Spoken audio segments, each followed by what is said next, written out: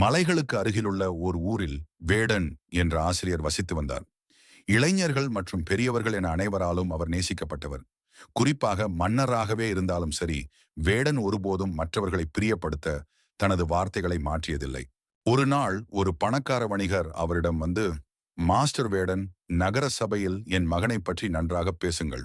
நான் உங்களுக்கு வேண்டிய வெகுமதி அளிக்கிறேன் என்றார். வேடன் அமைதியாக, உங்கள் மகன் தகுதியானவன் என்றால் நீங்கள் என்னிடம் வந்து கேட்க வேண்டியதில்லை. இல்லை என்றால் நீங்கள் கொடுக்கும் வெகுமதிக்காக நான் பொய் சொல்ல மாட்டேன் என்று பதிலளித்தார். வணிகர் முகம் சுளித்து வெளியேறினார்.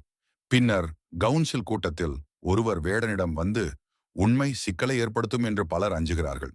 சில சமயங்களில் உங்கள் வார்த்தைகளை ஏன் மென்மையாக்க கூடாது என்று கேட்டார். வேடன் சிரித்துக்கொண்டே, காற்றைப் போல மாறும் நாக்கு உள்ளுக்குள் நடுங்கும் இதயத்தை காட்டுகிறது. ஆனால் இதயம் நிலையாக இருந்தால் வார்த்தைகளில் நேர்மையும் நியாயமும் இருக்கும் என்றார். கூட்டம் தலையசைத்தது. ஒரு காலத்தில் அவரை வெறுத்தவர்கள் கூட இப்போது அவரை ஆழமாக மதிக்கத் தொடங்கினர். பல வருடங்கள் கடந்த பிறகும் மக்கள் இன்னும் வேடன் சொன்னால் அது உண்மையாகத்தான் இருக்கும் என்றனர். சொற்கோட்டம் இல்லது செப்பம் ஒருதலையா, உட்கோட்டம் இன்மை பெறின். நேர்மையும் நெஞ்சுறுதியும் ஒருவருக்கு இருந்தால் அவரது சொல்லில் நீதியும் நியாயமும் இருக்கும். அதற்கு பெயர்தான் நடுவு நிலைமை என்பதற்கு எடுத்துக்காட்டாக வேடன் வாழ்ந்தார்.